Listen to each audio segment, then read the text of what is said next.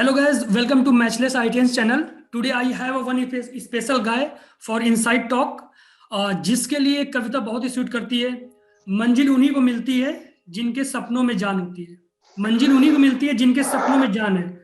पंखों से कुछ नहीं होता, हौसलों से उड़ान होती है। इसी के साथ वेलकम करता हूँ अभिषेक नमन सर का। He is posted in Mizoram after clearing IAS exam in 2018. So welcome to Abhishek sir. Thank you everyone. Thank you मान Singh for inviting me in your channel. और मैं Abhishek Naman IAS 2018 second attempt में मेरा clear हुआ था और मैं assistant executive engineer border roads organisation which comes under Indian army. So मैं अभी मिजोरम में पोस्टेड हूँ और मैं इलेक्ट्रिकल एंड मैकेनिकल इंजीनियर के साइड अपना बॉर्डर रोड्स में यहाँ पे पोस्टेड हूँ मिजोरम में. Okay sir. So before coming to your actual scenario, so I just want to know about your past. So आपका सर पास्ट कैसा रहा कि जैसे इंडिया में तीन कैटेगरी डिवाइडेड है, lower middle class upper middle class. ऐसे लोअर मिडिल क्लास और अपर मिडिल क्लास में ऐसा होता है कि लोगों को रिसोर्सेज के लिए स्ट्रगल करना पड़ता है और खुद से एक पाथ बनाना पड़ता है अपनी सक्सेस के लिए, अपने डिजायर्स फुलफिल करने के लिए. और अपर मिडिल क्लास में ऐसा होता है कि किसी ने में घर में कोई ना कोई इंजीनियर, डॉक्टर या मम्मी पापा कोई अच्छी पोस्ट पे होते हैं तो उससे मोटिवेटेड होके बंदा उस पाथ पे जाने की कोशिश करता है. तो आपका सिनेरियो कैसा था और आपके फैमिली बैकग्राउंड कैसा था? यार मैं बिल्कुल मतलब मिडिल क्लास बैकग्राउंड से बिलोंग करता हूँ और ज़्यादा इतने रिसोर्सेज नहीं थे क्योंकि मेरा शहर काफ़ी छोटी जगह में था. तो स्कूलिंग भी मेरी एक नॉर्मल से स्कूल में हुई. फिर उसके बाद वही है कि अपना मेहनत करते रहे और मिनिमम रिसोर्स यूटिलाइज करना, मतलब जो भी रिसोर्स मिली, कोचिंग मिली, स्कूल मिला, कॉलेज मिला, तो उसको मैक्सिमम यूटिलाइजेशन किया मैंने. और उसी का रिजल्ट है कि कम से कम मैंने अप्लाई किया अपना, मतलब जो भी मेहनत कर सकता था मैंने किया और अपने मिडिल क्लास बैकग्राउंड से आके ही मैंने ये अचीव किया है. Okay sir. सर जैसे लोग होते हैं कि जब IAS बन जाते हैं तो हम लोग उनको जानने की कोशिश करते हैं. सबका एक परसेप्शन होता है कि वो बहुत ही पढ़ाकू होगा, वो खेल कूद नहीं करता होगा, या फिर बचपन से ही उसने गोल डिसाइड कर लिया होगा कि 5th क्लास से ही पढ़ना चालू कर दिया होगा. तो ऐसा कुछ हवा टाइप का बना रहता है. तो आपका कैसा था कि आप अपनी लाइफ में पढ़ाई के साथ एंजॉय करते थे या फिर ओनली पढ़ाई करते थे बचपन सिनेरियो में? यार मैं बचपन में दोनों करता था, पढ़ाई और एंजॉयमेंट भी. मैं अपना डिस्ट्रिक्ट फतेहपुर का सेकंड टॉपर रहा हूँ 12th में. तो पढ़ाई भी मैंने की है और फिर उसके बाद वॉलीबॉल और बैडमिंटन में भी मैंने अपने स्कूल को काफी रिप्रेजेंट किया है. और अपना फतेहपुर में डिस्ट्रिक्ट में भी जब भी जाता हूँ अभी लीव पे तो वहां से खेलता हूँ. तो ऐसा नहीं है कि दोनों को मतलब बैलेंस करके रखना चाहिए किसी भी स्टूडेंट को, लाइफ और वर्क को, जैसा कि बोलते हैं वर्क लाइफ बैलेंस, ऐसा करके रखना चाहिए. तो आपने 12th में डिस्ट्रिक्ट टॉप किया था, सेकंड टॉपर थे? हाँ, सेकंड रैंक थी. ओके. तो नो डाउट कि आपने फिजिक्स केमिस्ट्री मैथ ही लिया होगा. तो आपका इंटरेस्ट कैसे था कि फिजिक्स केमिस्ट्री मैथ में जाना है, इंटर करना है, या फिर आगे इंजीनियरिंग का सोच रखा था पहले से तभी लिया था, या क्या मोटो था? हाँ यार, ये एक्चुअली क्या है कि मैं 10th क्लास में था तो मेरे जो टीचर्स आते थे जिनसे मैं पढ़ता था तो उनसे पता लगा धीरे धीरे कि हाँ IITs होती हैं, 12th के बाद जाते हैं, कॉलेजेस होते हैं, NITs होती हैं, प्राइवेट कॉलेजेस होते हैं जिससे वहाँ पे आप इंजीनियरिंग कर सकते हैं, परस्यू कर सकते हैं. और हमारे उस टाइम इंजीनियरिंग का काफ़ी स्कोप चल रहा था. तो मैंने भी उसी फील्ड में जाने का सोचा कि अभी मैं अपना मैथ बैकग्राउंड लेके इंजीनियरिंग परस्यू करना चाहता हूँ. तो वो बिकॉज ऑफ माय टीचर्स मुझे काफ़ी हेल्प मिली और उसकी वजह से मैंने अपना 11th-12th मैथ्स, फिजिक्स, केमिस्ट्री को ऑप्ट किया. ओके. सर तो इंजीनियरिंग का प्लान जैसे आपने बताया कि आपके टीचर ने आपको समझाया, बताया, तो आप जब इंजीनियरिंग के लिए स्टडी तैयारी कर रहे थे JEE में या फिर UPTU का जो एग्ज़ाम होता है, AKTU अभी है, तो उस समय की मतलब क्या प्रिपरेशन करते समय मतलब आपको क्या लगा कि क्या क्या स्ट्रगल झेलने पड़े, या फिर मतलब कोचिंग कहाँ से की और कॉलेज से पहले क्या क्या मतलब स्टडी चल रही थी आपकी? हाँ यार, तो क्योंकि हम लोग छोटे शहर के थे तो इतना ज्यादा आइडिया नहीं था कि कैसे कोचिंग की जाती है, किस तरह का एग्जाम होता है, पढ़ाई होती है। तो हम लोग उस वजह से मिस इन्फॉर्मेशन और लैक ऑफ इन्फॉर्मेशन की वजह से थोड़ा सा पीछे रह गए कि कैसे प्रेपरेशन होती है, कैसा एग्जाम होता है। तो ट्वेल्थ के बाद मैंने एक साल ड्रॉप किया ताकि एग्जाम का पूरा पता चल सके। बट आईआईटी में तो नहीं हो पाया, बट एनआईटी में हो गया था मेरा। मैंने फर्स्ट अटेम्प्ट में। लेकिन उसकी जगह मैंने एक बेटर प्राइवेट कॉलेज, क्योंकि मुझे मैकेनिकल इंजीनियरिंग चाहिए थी, तो उसको मैंने ऑप्ट कर लिया। मेरे कॉलेज है जेएसएस नोएडा, वहां से मैंने अपनी मैकेनिकल इंजीनियरिंग स्टार्ट की। या it is good college, in AKTU में टॉप में आता है, टॉप 10 के अप्रॉक्स आता है हाँ ये हाँ। कॉलेज। तो सर लाइक मैकेनिकल इंजीनियरिंग का आपने कैसे चूज़ किया कि मैकेनिकल इंजीनियरिंग मुझे ब्रांच चाहिए? जैसे आपने बोला हम्म। कि आपको एनआईटीज मिल गया था, लेकिन फिर भी आपने मैकेनिकल के लिए कॉलेज सेक्रीफाइस किया, तो उस समय क्या हम्म। थॉट प्रोसेस चलते थे, क्यों मैकेनिकल ही लेना था? यार अब उस समय एकदम किसी को, मतलब पहली बात तो गाइडेंस था नहीं, मतलब we are new in the field. So हम लोग को, जब मैं कोचिंग कर रहा था तो उस टाइम एक भैया मिले थे, वो भी गेट और ईएससी की प्रिपरेशन कर रहे थे। तो वहां से एक आइडिया मिला कि हाँ, मैकेनिकल इंजीनियरिंग के बाद एक गवर्नमेंट जॉब लग सकती है, और उस टाइम काफी वैकेंसी आती थी। सो मैंने सोचा कि जैसे कि मेरी मदर भी गवर्नमेंट जॉब में है, तो मैंने सोचा कि अपना मैकेनिकल इंजीनियरिंग परसू करेंगे, फिर उसके बाद गवर्नमेंट जॉब की प्रिपरेशन करेंगे बाद में। सो इस वजह से एक ये पॉइंट था। और दूसरा पॉइंट ये था कि मैकेनिकल तब मतलब एवरग्रीन ब्रांच है, मतलब उसमें कोई शक नहीं था कि हाँ, मैकेनिकल के बाद ऐसा नहीं है कि जॉब नहीं लगेगी। सो इस वजह से भी मैकेनिकल का मैंने ऑप्ट किया। ओके। कुछ लोग एक मिथ बना रहता है कि मैकेनिकल एक लेजेंड वाली ब्रांच है, जो जिस बॉयज स्टड लगते हैं अगर जाते हैं। ऐसा कुछ आपका तो नहीं होगा? हम्म। तो नहीं नहीं, ऐसा कुछ नहीं था, ऐसा कुछ भी नहीं था। Okay sir, coming to your college, so college life में आप कैसे थे कि एक होता है, एक ग्रुप बनता है, लोग बंदे चिल करते हैं, बाहर ट्रिप वगैरह पे हम्म। जाते हैं, तो आपकी लाइफ कैसी थी कि ओनली पढ़ाई, या फिर उस कैटेगरी में आते थे कि जो चिल भी करते थे और पढ़ाई भी करते थे? हाँ यार, मेरा यही सीन था, बहुत कैटेगरी वाला। क्योंकि फर्स्ट ईयर में जब मैं गया तो पढ़ता था, क्योंकि ट्वेल्थ के बाद जब सब बच्चे जाते हैं तो फर्स्ट ईयर में सब पढ़ते हैं, फिर धीरे धीरे जब कॉलेज की हवा लगती है तो धीरे धीरे उनकी पढ़ाई भी कम होने लगती है। तो सेकंड ईयर में ग्राफ सबसे नीचे चला गया था मेरा, और घूमने का ग्राफ सबसे ऊपर चला गया था। मैं 2 बार गोवा की ट्रिप मार लिया, नैनीताल और पूरा हिमाचल घूम लिया था। फिर उसके बाद जब आगे बढ़े थर्ड ईयर फोर्थ ईयर में, तब पता लगा कि हाँ, पढ़ लेना चाहिए, अदरवाइज जॉब वॉब नहीं है आगे, उन्हें खुद से मेहनत करनी पड़ेगी। फिर उसके बाद ही प्रिपरेशन स्टार्ट की मैंने, थर्ड ईयर फोर्थ ईयर से, जब मेन सब्जेक्ट्स मैकेनिकल के आ गए थे। तो ऐसा सीन था दोनों, मतलब वर्क और लाइफ बैलेंस ऐसा ही वाला। ओके। हाँ सर, तो मतलब जब जैसे आप बोल रहे हैं इंजीनियरिंग सर्विसेज की आपने प्रिपरेशन थर्ड ईयर के बाद स्टार्ट करना चालू कर दी थोड़ा थोड़ा, तो हम्म। उस समय आप क्या क्या रिसोर्सेस मतलब आपने ऑप्ट किए, और कैसे प्रिपरेशन की, प्रिपरेशन की जर्नी कैसे स्टार्ट की? हाँ हाँ। तो मैंने जब प्रिपरेशन की जर्नी स्टार्ट की तो सबसे पहले मैंने कोचिंग ज्वाइन की, मैंने फोर्थ ईयर वाली। तो उस टाइम मैंने कोचिंग ज्वाइन कर ली थी, वीकेंड वाला बैच था। सो वहां से मैंने की, बट वो कॉलेज और मेरा कोचिंग बैलेंस हो नहीं पाया था। इस वजह से काफी गैप्स हो गए कोचिंग में, तो थोड़ा प्रॉब्लम आई थी।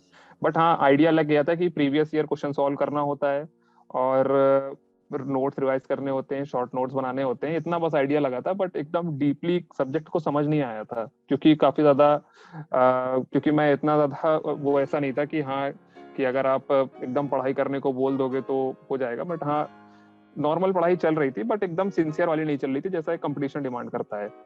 सो ओके वहां सर। से थोड़ा आइडिया लगा। फिर उसके बाद मैंने फर्स्ट अटेम्प्ट में दिया तो नहीं हुआ था, मुझे पता था रीजन, क्योंकि ढंग से पढ़ाई नहीं की है।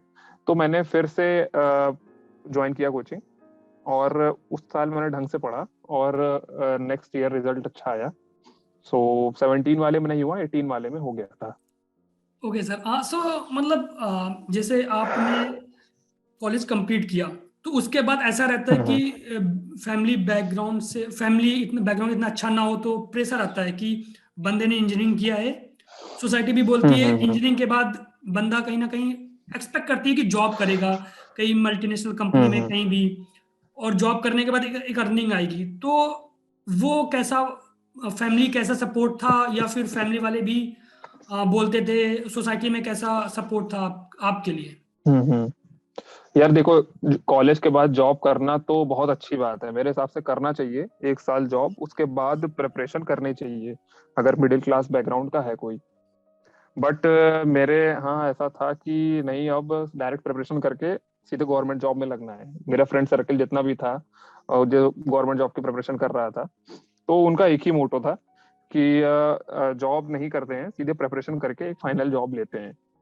तो घर में बैकग्राउंड का वजह, मैंने मतलब इतना भी ज्यादा आलीशान घर नहीं लिया, नॉर्मल सा ही रूम रेंट लिया था अपना। साकेत में मैं रहता था, और वहीं से मैं नॉर्मल रूम में रहा। वहीं पे मैंने खाना वाना अरेंज किया अपना, और मेड आती थी, खाना बनाती थी। मतलब मिनिमम बैलेंस रखता था कि हाँ, मंथली में कम से कम लगे और ज्यादा से ज्यादा पढ़ाई हो सके। रिसोर्स जितनी भी मिल रही थी, लाइब्रेरी मिल रही थी, कोचिंग मिल रही थी, तो उसको यूटिलाइज कर सके। आ, तो फिर वहां से मतलब पढ़ाई का मोमेंटम बना, सब लोग कंपटीशन का माहौल रहता था। फिर उसके बाद से थोड़ा रिजल्ट आना स्टार्ट हुए। हाँ सर, मतलब जैसे आपने बोला कि 17 में नहीं हुआ, तो उस समय हम्म। फैमिली का सपोर्ट कैसा था आपके लिए? यार देखो, 17 में क्लियर नहीं हुआ था। सो उस टाइम मैंने ही बोला था कि हाँ, मेरी गलती की वजह से नहीं हुआ है, क्योंकि मैंने नहीं ढंग से पढ़ा था। मैं काफी घूम रहा था, और कोचिंग भी काफी बंक्स की थी मैंने लास्ट ईयर। इस वजह से नहीं हुआ था, मुझे पता था अपनी गलती क्या है। और मैं ये भी जानता था कि हाँ, नेक्स्ट ईयर अगर पढ़ूंगा ढंग से, कि गलती जो मुझे पता थी वो रिपीट नहीं करना है। हम्म। तो मैंने अपना फुल फोकस किया 18 वाले में, ओके। और उसका रिजल्ट था कि हो गया। तो सर जैसे हम्म। आपने बोला कि साकेत में प्रिपरेशन की, तो साकेत में हम्म। साकेत की जर्नी कैसी थी? क्योंकि वो छोटी छोटी गलियां, वो खाने के लिए सर्च करना कहाँ फूड अच्छा मिलता है, कि आंटी का फूड अच्छा है या फिर पंडित जी का फूड अच्छा है, तो बिल्कुल बिल्कुल। तो वो कैसे जर्नी, वहाँ की स्ट्रगल वाली जर्नी कुछ एक्सप्लेन कीजिए। यार पहले तो हम लोगों ने अपना सब सामान, बोरिया बिस्तर उठा के नोएडा से दिल्ली शिफ्ट हो गए। ओके। फिर उसके बाद हम लोगों ने पहले तो मेड नहीं लगाई 1-2 महीना, क्योंकि वो सोच रहे थे कि काफी झंझट का काम है, कौन मेड लगाएगा, बाहर ही खाते हैं। तो पहले तीनों टाइम खाना खाने जाते थे। कोचिंग का खाना शायद वहीं बाहर खा लेते थे, रात और दिन दोपहर का होता था, सुबह का ब्रेकफास्ट नहीं होता था। फिर जब पढ़ते रहे, फिर लगा कि हाँ नहीं, खाने में भी काफी ध्यान देना चाहिए, क्योंकि जब तक ढंग से खाएंगे नहीं तो पढ़ेंगे कैसे। तो फिर खाने के लिए मेड लगवाई हम लोगों ने, काफी मेड ढूंढी, कम से कम 7-8 मेड चेंज की, फिर कोई ढंग की मेड आई, खाना बनाया। फिर वहां से आ, फिर मैंने लास्ट में 2017 के लास्ट में लाइब्रेरी का पता लगा कि अरे, लाइब्रेरी भी होती है, वहां ओह। पढ़ाई करने से ज्यादा बेटर होता है। क्योंकि लाइब्रेरी में ये रहता है कि सिर्फ पढ़ाई होती है, बाकी रूम पे इतना वो नहीं हो पाता, क्योंकि रूम पे दोस्त आ रहे होते हैं, खाना बनाने वाली मेड आ रही होती है, और कभी किसी के घर वाले आ जाते हैं विजिट करने। तो डिस्टरबेंस परमानेंट बना रहता है। फिर वहां से पता लगा कि अरे, लाइब्रेरी भी होती है। तो जब 2017 का एग्जाम था, उसके 2-3 दिन पहले मैंने एक बार लाइब्रेरी का चक्कर लगाने गया था, तो मुझे काफी अच्छा लगा। फिर वहां से लाइब्रेरी का पता लगा, तो मुझे एक और गलती पता लगी, नहीं कि लाइब्रेरी ज्वाइन कर लेनी चाहिए। फिर उसके बाद फर्स्ट अटेम्प्ट में नहीं हुआ, हमने कहा कि चलो कोई बात नहीं, नेक्स्ट ईयर देते हैं। नेक्स्ट ईयर जब कोचिंग स्टार्ट की, सुपर टैलेंट बैच था मेरा, ओके। और वहां से कोचिंग स्टार्ट की। तो एस बैच मैंने ज्वाइन किया। वहां पे सबसे पहली क्लास बंसल सर की थी, तो उनसे पहले भी पढ़ चुका था मैं, और उन्होंने थर्मोडायनेमिक्स पढ़ाया। फिर उसी दिन से ही मैंने अपना लाइब्रेरी का, 25 मई से था स्टार्ट बैच, 25 मई 2017 से। और उसी दिन से मैंने अपना कोचिंग का तुरंत बाद लाइब्रेरी स्टार्ट करती जाना। मतलब वहां से जाता था, सीधे लाइब्रेरी में बैठ के शॉर्ट नोट्स बनाया, फिर रूम आता था। तो ये वाला करना पड़ा पूरा कोचिंग के दौरान, 18 दिसंबर तक, जब तक चली थी कोचिंग हमारी। ओके।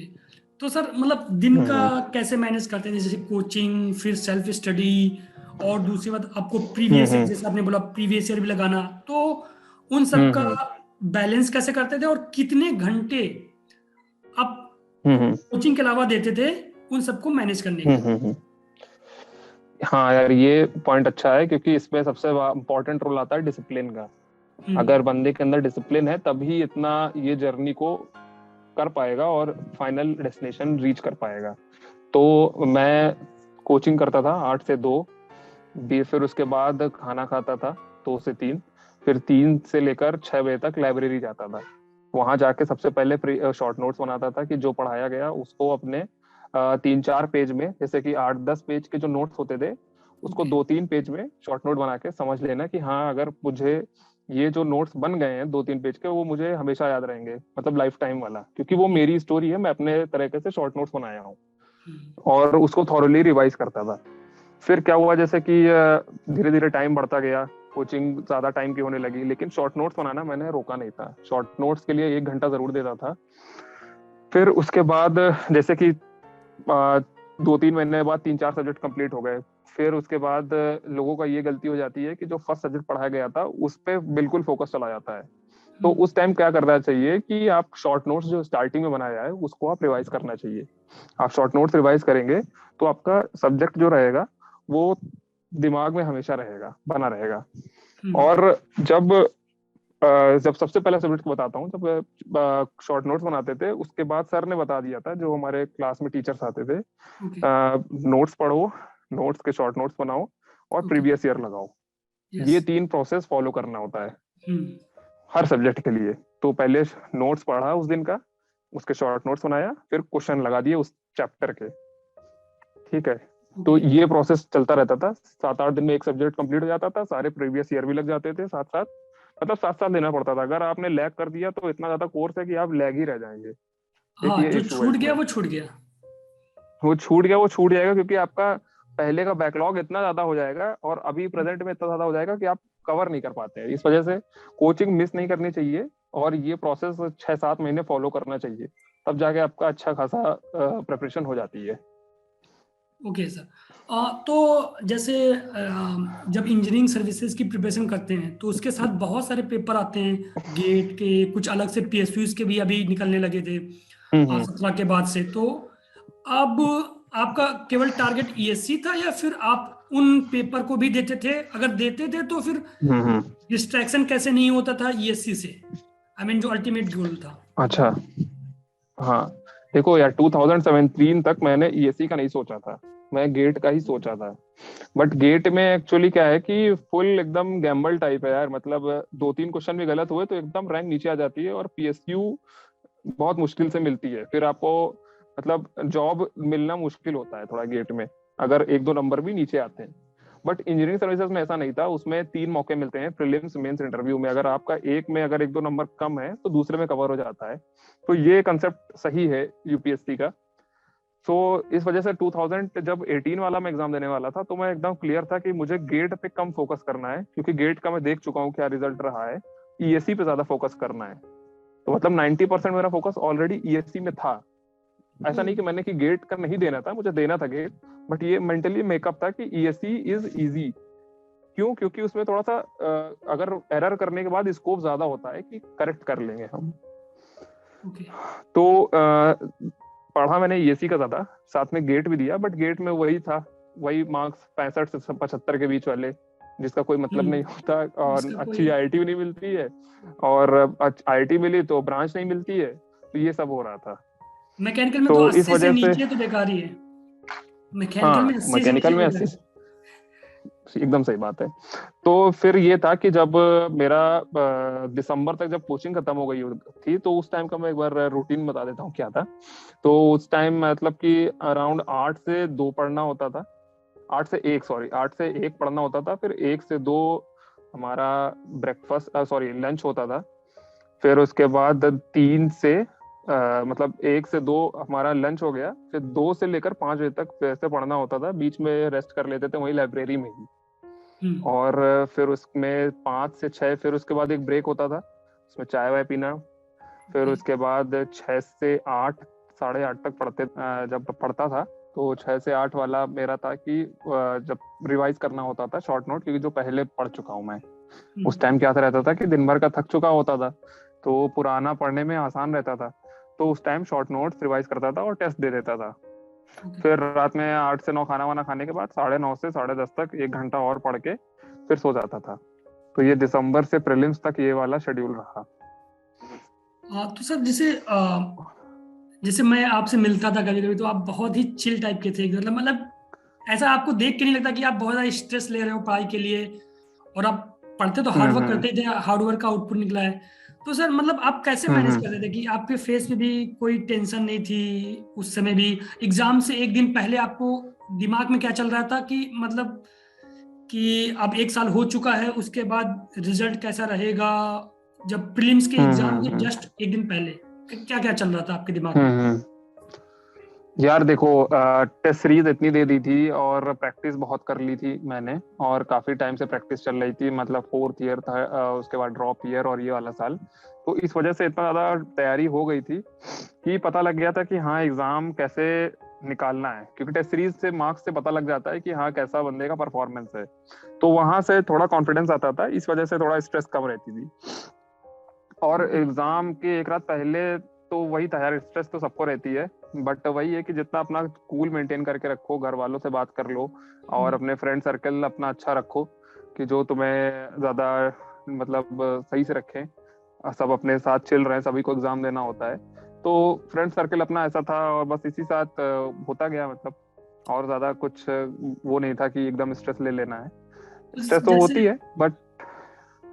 हाँ सर, जैसे हाँ हाँ बताओ। यूपीएससी का लाइक ऐसा रहता है कि यूपीएससी की जर्नी ही अपने आप में एक बहुत ही इंपॉर्टेंट रहती है। जो इसको जीता है वही फील हम्म। करता है कि क्या है 2 साल की जर्नी, और उसमें आउटपुट निकल रहा है एक दिन, वो एग्जाम का एक दिन।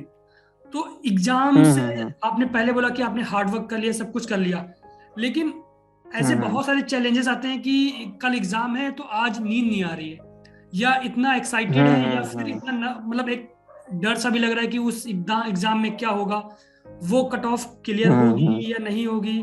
तो उस रात में आपको हम्म। कैसी नींद आई, और एग्जाम से पहले जस्ट क्या मूड था उस समय? यार देखो, ये तो पॉइंट है कि एग्जाम जो होता है वो सिर्फ याद दिमाग का नहीं होता, पूरी बॉडी का होता है। तो अपने बॉडी का सारे जितने भी केमिकल्स होते हैं, इमोशंस होते हैं, उन सबको बैलेंस करके रखना पड़ता है। और खाना भी एकदम नियमित खाओ, ताकि अगले दिन एग्जाम है तुम्हारा। तो इस वजह से खाने पे काफी ध्यान देना होता है। और बाकी एग्जाम वाले दिन हमने जब एग्जाम था सुबह, तो बस यही फोकस था मेरा कि हाँ मैक्सिमम जो टेस्ट सीरीज में किया है, मैक्सिमम क्वेश्चंस अटेम्प्ट करने हैं अकॉर्डिंग टू द जो भी एग्जाम आता है। तो चाहे जीएस का था, चाहे टेक्निकल था, तो अपना मैक्सिमम अटेम्प्ट देना है। और एग्जाम के जो 2 घंटा बीच होता है उस टाइम रेस्ट करना है, मतलब माइंड को शांत करना है, क्योंकि माइंड से ही हमारा एग्जाम निकलने वाला है। तो उसको एक बार काफी यूज करने के बाद थोड़ा रेस्ट दे दो, ताकि दोबारा जब नया एग्जाम है तो उसमें भी काफी तेज चल सके। तो पूरा मतलब तुम्हें पहले से एकदम जैसे बैटल फील्ड नहीं होती है कि तुम्हें कैसे युद्ध लड़ने जाना है, तो काफी स्ट्रेटजीज बनानी पड़ती हैं छोटी छोटी। तो वो सब बनाना पड़ता है।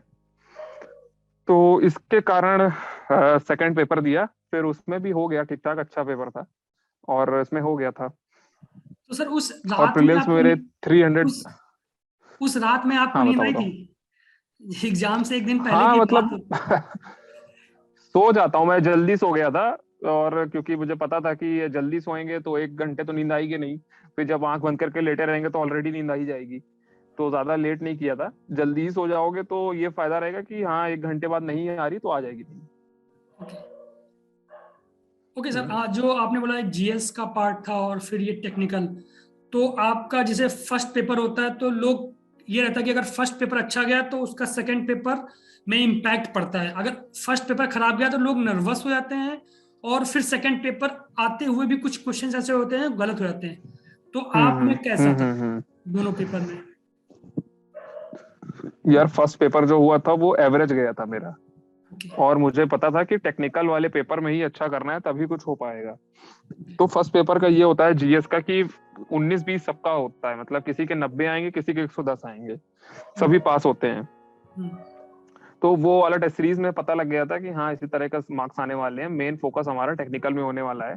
और जब टेक्निकल पेपर आया तो उसमें अच्छा किया था, तो टोटल मेरे 500 में से 300 मार्क्स थे प्रीलिम्स में, वाह। जिसमें टेक्निकल में मेरे थे अराउंड 200 और जीएस में 100 थे, ऐसा कुछ था। 200 के ऊपर थे आसपास, मुझे एग्जैक्ट मार्क्स नहीं याद है। तो 300 मार्क्स थे मेरे। वाह, उसमें कट ऑफ शायद 200 कुछ समथिंग गई थी, 230-40 ऐसे कुछ गई थी। 240 शायद थी, जहां तक मुझे याद आ रहा है, कट ऑफ याद नहीं है। हम्म। 240 या 200, क्योंकि एक 252 वाले फ्रेंड का मेरा हुआ था, उसका मुझे याद है। तो 240 रही होगी जहां तक मुझे लग रहा है। हाँ। वाह ग्रेट, 300 मार्क्स अपने आप में एक अचीवमेंट है कि आपने प्रीलिम्स में इतना ज्यादा स्कोर कर दिया है। तो अब फिर मेंस के लिए क्या स्ट्रेटजी, मतलब प्रीलिम्स का तो चलो ठीक है कि आपने बताया कि आए, शॉर्ट नोट्स बनाए और रिवाइज किया, हाँ। और आपको क्वेश्चंस बहुत सारे रट भी गए थे, तो वो तो चलो ठीक है। अब हम्म। तो प्रीलिम्स क्लियर हो गया, आपको पता लगा आपका प्रीलिम्स हो गया, तो मेंस के बीच में 4 से हम्म। 5 मंथ का जो टाइम मिलता है, उसमें क्या स्ट्रेटजी थी? यार जैसे कि मेंस का एग्जाम जब होने वाला था, तो उस टाइम मुझे पता था कि हाँ कोचिंग तो जरूरी है ज्वाइन करना, क्योंकि उन मेंस का अलग ही रहता है, क्योंकि उसमें सिर्फ हमें राइटिंग में प्रैक्टिस करनी होती है।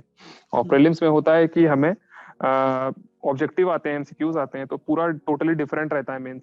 तो उसकी प्रैक्टिस के लिए जैसे ही फर्स्ट बैच था कोचिंग का, उसी को ज्वाइन कर लिया था। तो ओके। वहां से बैच जब ज्वाइन किया, तो उन्होंने मटेरियल दे दिया था उसी दिन। वो अच्छी, काफी अच्छी कोचिंग है, तो टीचर्स अच्छे थे, मटेरियल दे दिया था, और क्वेश्चन की प्रैक्टिस डेली होती थी। हाँ, तो जब क्वेश्चन की प्रैक्टिस होती थी, तो एक्चुअली क्या है ना कि मेंस का सिलेबस कम है। ओके। मतलब तुम्हें केवल 1800 क्वेश्चन सॉल्व करने हैं, 1985 से लेकर 2018 तक। उस टाइम था, मतलब 900 क्वेश्चन पेपर 1 के, 900 क्वेश्चन पेपर 2 के। ओके। तो अगर 1800 क्वेश्चन तुम, जिसमें से 1000-1200 क्वेश्चन तो तुम्हारे इजीली सॉल्व हो जाएंगे, जो तुम्हारे हम्म। प्रीलिम्स थे, केवल 800-900 क्वेश्चन में दिमाग लगता था। हम्म। और अगर इतने, और 1800 क्वेश्चन को ही अगर तुम 4-5 बार लगा लोगे, तो तुम्हारा क्लियर हो जाएगा मेंस। और उसमें, लेकिन उसमें टेस्ट सीरीज का बहुत इंपॉर्टेंट रोल है, टेस्ट सीरीज भी तुम्हें देनी पड़ेगी। तो सर जैसे आपने बोला कि 1800 क्वेश्चन, लेकिन एक एक क्वेश्चंस लगाने में 2-3 पेज का क्वेश्चंस होता था। कोई डेरिवेशन है, हम्म। कोई क्वेश्चन सॉल्व करना है, कोई अरे। प्रॉब्लम है, तो उस हम्म। उस टाइम को कैसे मैनेज करते, क्योंकि एक एक क्वेश्चन करने में लाइक इतना ज्यादा टाइम लगता था। तो अब 1800 क्वेश्चन एक। यार, हाँ। देखो सब्जेक्ट हमारे 15 थे, और 1800 क्वेश्चन थे, तो मतलब एक सब्जेक्ट में अगर डिवाइड करोगे तो अराउंड 100 के नीचे ही क्वेश्चन आते थे। हम्म। ठीक, 100 के नीचे क्वेश्चन आ रहे हैं, मतलब कि उसमें बहुत सारे तो थ्योरेटिकल क्वेश्चन थे, 50%। तो थ्योरेटिकल क्वेश्चन तुम्हें लगाने नहीं है, उसको बस पढ़ के आगे बढ़ जाना है। मतलब उसकी प्रैक्टिस सीधे तुम्हें अपना राइटिंग प्रैक्टिस करनी है टेस्ट सीरीज में, कि तुम्हारा टाइम मैनेजमेंट कैसे हो रहा है। फिर बाकी जो न्यूमेरिकल वाले क्वेश्चन थे, वो 50% बचते थे, उसको तुम प्रैक्टिस कर लेते। मतलब मैं तो प्रैक्टिस कर लेता था न्यूमेरिकल वाले सारे क्वेश्चन। फिर जब एक बार प्रैक्टिस कर लिया न्यूमेरिकल वाले क्वेश्चन, तो सेकंड टाइम जब प्रैक्टिस करता था, तो वो वाले क्वेश्चन करता था जो मैंने टिक कर लिए हैं कि हाँ ये काफी बार पूछे जा चुके हैं इस सालों में, और कोचिंग में बता देते थे कि हाँ ये प्रिडिक्टेबल है कि आ सकता है। और मतलब टेस्ट सीरीज में भी काफी पूछा जाता था, तो यहाँ से हो जाता था, तैयारी हो जाती थी। मतलब एग्जाम हम्म। सारे नहीं लगाने होते हैं, टिक मतलब ये वाले सेकंड हर टाइम में सब्जेक्ट लगाओ। में हर सब्जेक्ट में अगर 100 प्लस क्वेश्चंस हैं, तो उसमें से 50% क्वेश्चंस आपके मतलब कुछ ऐसे होंगे जो प्रीलिम से ही कुछ दो क्वेश्चंस थ्योरेटिकल। का मिला के ऐसा आइडिया मिल हाँ जाता है, तो हो जाएगा। और हाँ हाँ फिर हाँ, ऐसा ही कुछ था। 50-60 क्वेश्चन आएंगे जो आपको प्रैक्टिस करने हैं, उसमें से 20-30 क्वेश्चन आएंगे जो आपको ज्यादा ही प्रैक्टिस करने हैं, क्योंकि उसके आने के चांस बढ़ जाते हैं, ऐसा रहता है।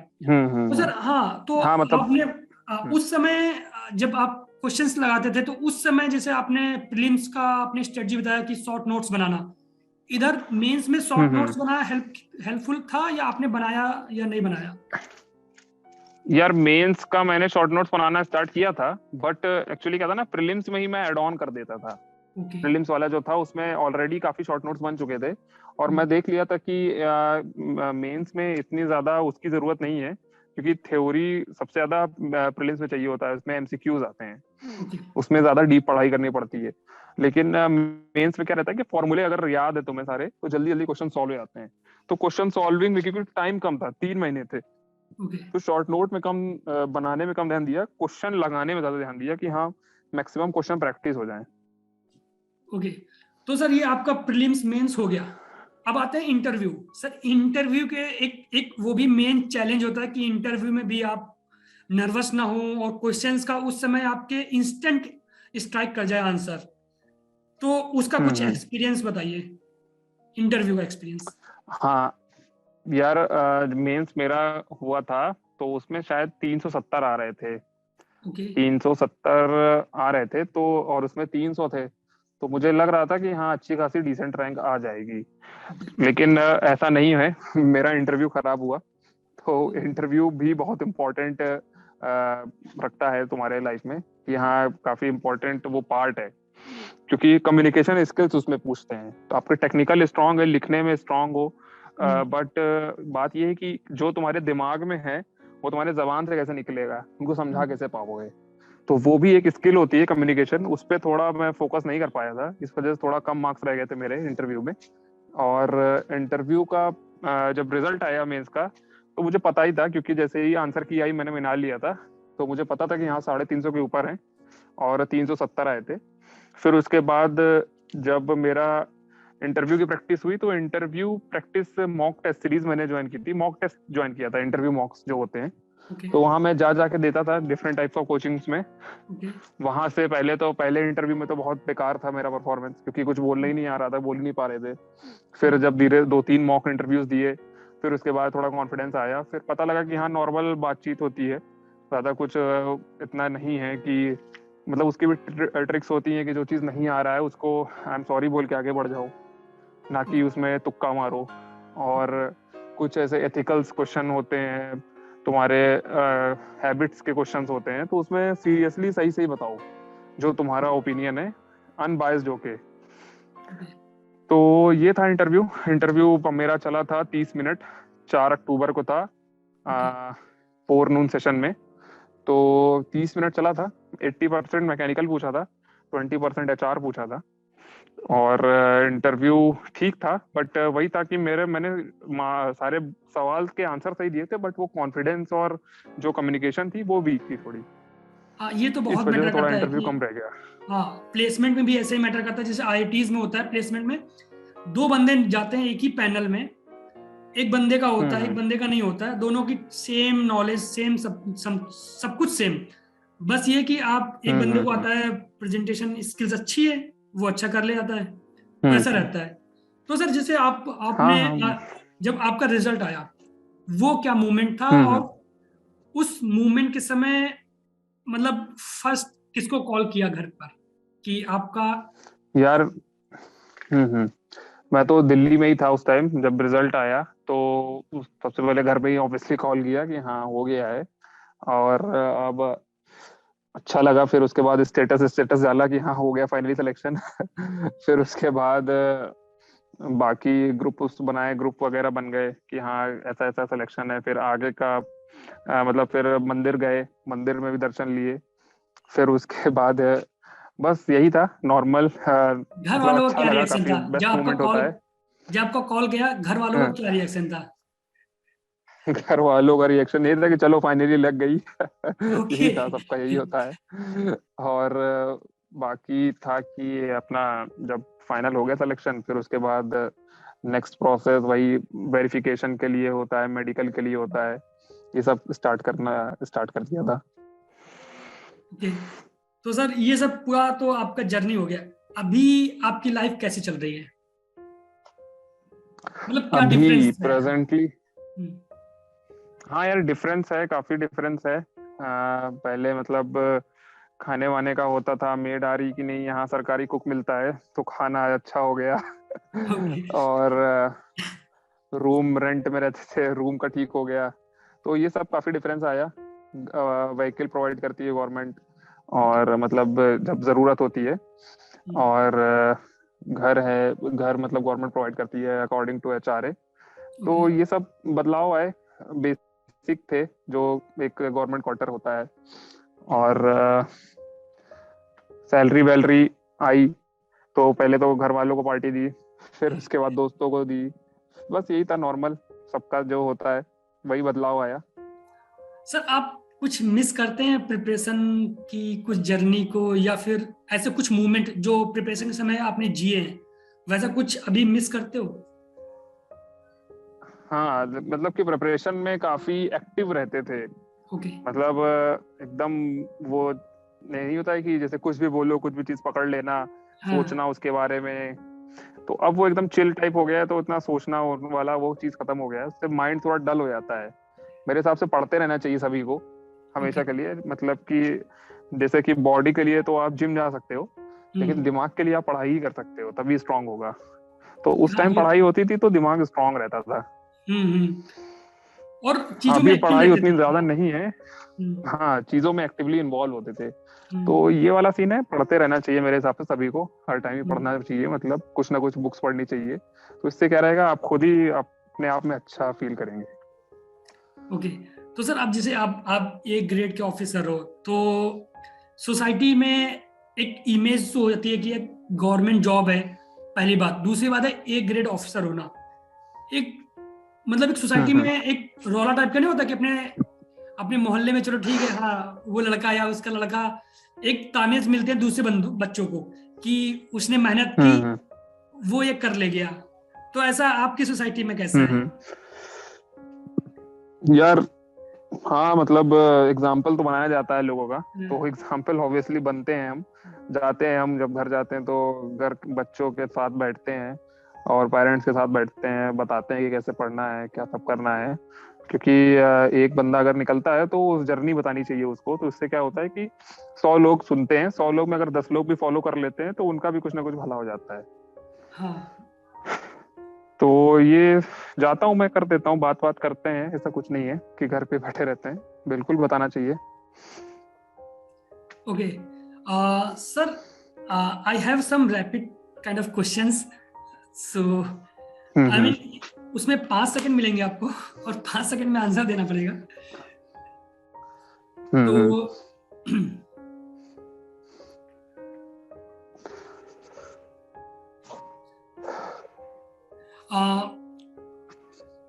what qualities you see to make your friends in a two what qualities qualities I see, to make your friends, जो मैं, दोस्त अच्छा बनाने मैं में। क्या देखता हूँ अपने, यार मतलब हमेशा मतलब पॉजिटिव होना चाहिए, खुशी, मतलब जो हम लोग कहते हैं ना मजाकिया टाइप, हम्म। एक तो वो देखते हैं।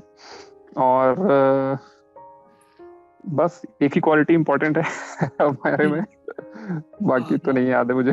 Your favourite movie? Favourite movie तो यार वही है, मार्वल के फैन है हम, जो भी आती है मार्वल की वो देख लेते हैं।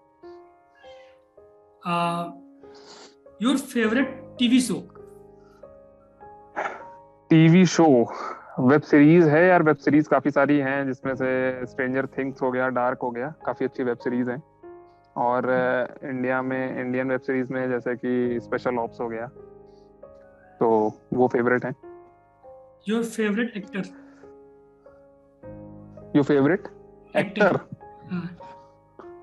एक्टर एक्टर एक्टर यार बेनेडिक्ट कम्बरबैच अच्छा लगता है, ओके। एक्टिंग उसकी। Describe yourself in 5 words. अरे यार 5 वर्ड्स, 5 वर्ड्स में क्या डिस्क्राइब करेंगे यार काफी कम वर्ड्स दे दिए तुमने। लेकिन हाँ, मतलब मैं ये कहना चाहूंगा कि always be happy and always focus on your goal. Okay. ये मैं एक बात बताना चाहूंगा। ओके, सम रैपिड फायर क्वेश्चन है जिसमें दो ऑप्शंस होंगे, उसको उसमें से एक आपको चूज करना है। लव या ठीक है, फ्रेंडशिप? ठीक है। लव या फ्रेंडशिप में मैं फ्रेंडशिप चूज करना चाहूंगा। मनी या हैप्पीनेस? हैप्पीनेस। ओके। कैट या डॉग? ऐसे तो बोथ है, बट चलो डॉग के लिए थोड़ा ज्यादा। फिजिकल स्ट्रेंथ या मेंटल स्ट्रेंथ? दोनों होनी चाहिए यार, दोनों। मैं तो इसमें नहीं चूज कर पाऊंगा, दोनों स्ट्रेंथ होनी चाहिए किसी भी लोग में, किसी भी बंदे में। एफबी या इंस्टाग्राम? इंस्टाग्राम। ओके, हॉलीवुड या बॉलीवुड? हॉलीवुड। ओके, तो do you prefer social time या prefer like to spend time alone? यार सोशल टाइम ज्यादा अच्छा लगता है, बट हाँ अलोन टाइम भी रहता है, ऐसा कुछ नहीं है कि हाँ सोशल टाइम ज्यादा बेटर है। तो इसी के साथ रैपिड फायर खत्म हो गए, और thank you so much for your time, and I hope you enjoyed, and आपके इस जर्नी हाँ से हाँ। बहुत सारे लोग एंजॉय करेंगे और मोटिवेट होंगे और अपनी लाइफ में कुछ बेटर करेंगे। तो thank you so much sir for your time. Thank you यार, थैंक यू मान सिंह, थैंक यू एवरीवन।